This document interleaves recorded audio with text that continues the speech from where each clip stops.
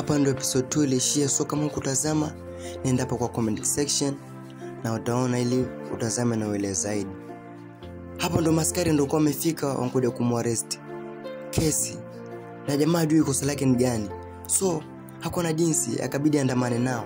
Kufika alikuwa anajua kuhusu story ya Bozilo, lakini Mwamba akajitetea na wakamwelewa wakamwachia huru. Siku iliyofuata ndo mpenzi wake akawa ankuja mwaga ambia zile picha zangu ama zilivude ndo zimefanya mpaka mimi nichukue transfer na naondoka na machu. Mbona lakini mimi unaniacha nani? Usijue kabisa nakupenda. Najua nipenda lakini sina jinsi, nimeona tu bora niame. Jamaa kwa na jinsi kabidi akubaliane tu na hali. So jamaa kufika nyumbani akapata barua imeandikwa na yule best yake. Kwani anahitaji msaada ni kama ataweza msaidia tuna naira 600,000. Huko jamaa ndo amechanganikiwa kinoma. Mtaani jamaa siku iliyofuata jamaa kwa anachapa mtaa akaona mabango yanachapishwa kuhusu best yake kwa amekuwa wanted. Iko ngori sana. So chuo nako kukaletwa piskali yani newcomer. Hapa tunapata Mwamba kwa anaongea na best yake. After maongea huko akiwa anataka kutoka akapana demo anaitwa Julie. Wakaongea pale huku wakati wako nyumbani tunapata yule demo wa Mwamba, le best yake kesi. Akona demo mwingine wakiwa wanajadiliana. Huku jamaa akiwa anafanya mazoezi akapata na kocha wao. Akamwambia sasa mechi ambayo ibakia ukishinda itakupeleka mbali, maana kuna sponsorship ambayo utapata na utapata nafasi ya kujiunga na NBA. Jamaa kupata zile story ya kuamini kabisa. Yaani kuna hiki kitu kweli ni serious bana. So ndo pale kocha akiwa bado anaendelea kumuelezea kuhusu wanatoka kufanya bidii. Siku iliyofuata ndo Mwamba wetu akawa anaongea na best yake hapa Job. So akawa anamwambia kuwa rafiki yake anahitaji kiasi cha pesa ambacho anataka kutumia ili ndio kwenye matatizo fulani. Huku kocha wake akaja akamwambia nataka tupate ndani kwenye ground sasa hivi. Kufika akamwambia mechi ni kesho na mnafaa mfanye bidii ili tuibuke washindi katika hiyo mechi, so mnafani mjitahidi. So baada ya mechi hapa ndo tunaonyeshwa na furaha wakiwa wamewin. So akaja coach pale akamwambia nimefurahi sana na nataka muendelee hivyo.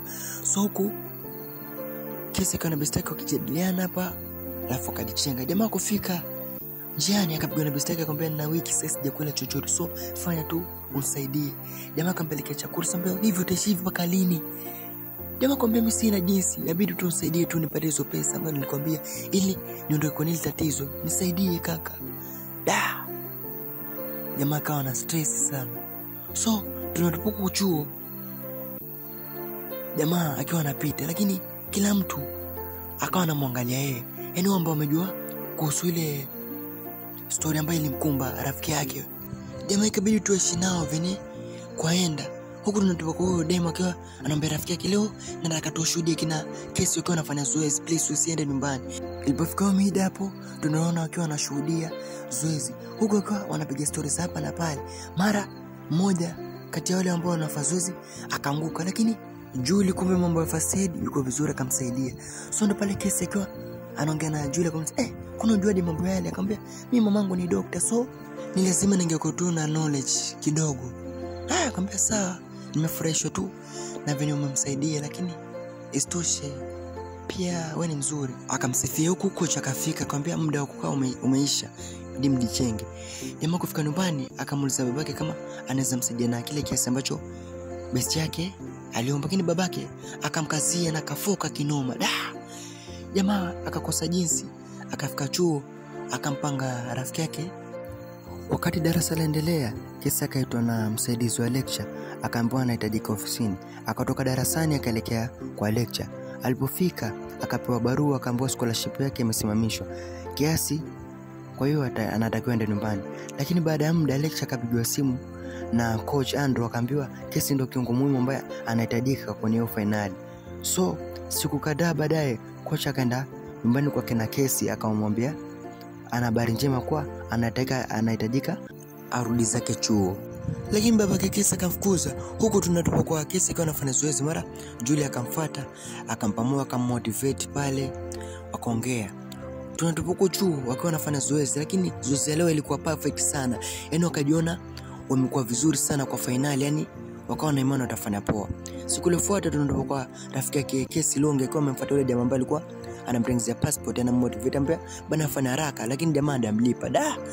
Kesi kwa nenda zake nyumbani akapigwa simu na besti yake Longe kuwa anamuuliza vipi kuhusu kile kesi ambacho alichomuomba. Jamaa kufika home akamwambia babake.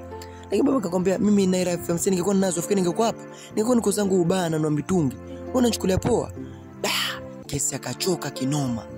Babake akamwambia wewe vipi mtoto wewe? Unachukulia poa. Siku iliyofuata chuo Kesi akamshirikisha rafiki yake Raji kama ndio anaweza msaidia. Walipanga njama, lakini tutajua ni njama gani ambao watafanya ili wapate hizo pesa.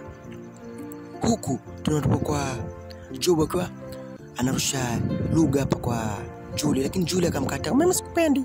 Nimesikia habari zako ni muni sipendi watu wahuni. Raji pia akamuuliza mpenzi wake venye Kesi anapitia. Mpenzi wake naye akamuelezea best yake anaitwa Mata. Sio leo tena wanawake lazima waambiane ubuyu yani. Haya. Jamaa kwa ametulia, kumbe Kesi na Raji alikuwa mpanga njama. Anamfanya mpango ili Kesi akaibe pesa kwa lecture. Ile anaiba, kumbe Raji bana akamrekodi. Kumrekodi jamaa akamfuata akamwambia mimi na video zako, kwa hiyo nataka upotee kwa kichuo na usiwahi onekana tena. Ama kama ni hivyo nipeleke hizi video zako kwa lecture. Jamaa kapoa. Je, unataka kujua kipi kitaendelea hapo? Usisahau kutegea episode ya mwisho hapa ubaini kila kitu. Asante, naitwa Pony. Kesho mapema episode ya mwisho itakuwa on.